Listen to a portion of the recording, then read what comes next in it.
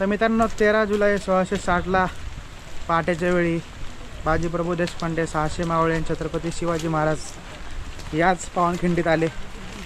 खरं तर शत्रू मागावरती होता आणि म्हणजे शिवाजी महाराजांना पण एकतर जायचं नव्हतं, बाजींना सोडून मावळ्यांना सोडून, पण त्यांना जावं लागलं। बाजींनी त्यांना सांगितलं की लाख मेले तरी चालतील पण लाखांचा पोशिंदा जगला पाहिजे।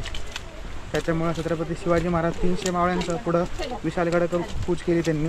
बाजी आणि 300 मावळे होते ते याच घोडखिंडीमध्ये तब्बल 6 तास लढत होते। राजे निघाले तेव्हाच बाजीप्रभूंनी असं सांगितलं होतं की जेव्हा तुम्ही विशालगडला पोहोचताल तेव्हा तोफांचे 3 बार करा।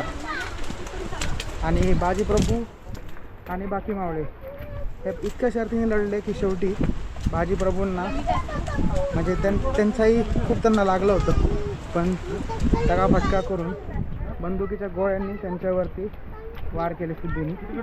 त्याच्यानंतर जेव्हा राजे विशालगडजवळ गेले तेव्हा विशालगडवरती पण 10,000ची फौज तैनात होती। त्याच्यामुळं शिवरायांना स्वतः रणांगणात उतरून लढावं लागलं।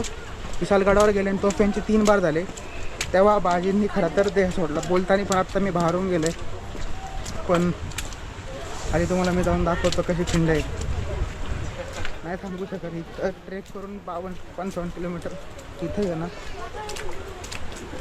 शब्दात नाही सांगू शकत। ॲक्च्युली त्याच्यानंतर सगळी परिस्थिती पाहून जी घोडखिंड होती त्याला छत्रपती शिवाजी महाराजांनीच पावनखिंड असं नाव दिलं, कारण सर्व मावळ्यांच्या बाजींच्या रक्ताने खिंड पावन झाली होती।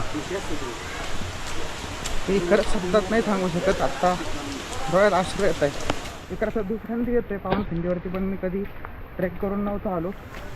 ट्रेक करून आलो आहे, पायात इतका थकवा होत असता जेवण झाल्यावरती, पण तो पूर्ण निघून गेला आत्ता इथे उतरताना।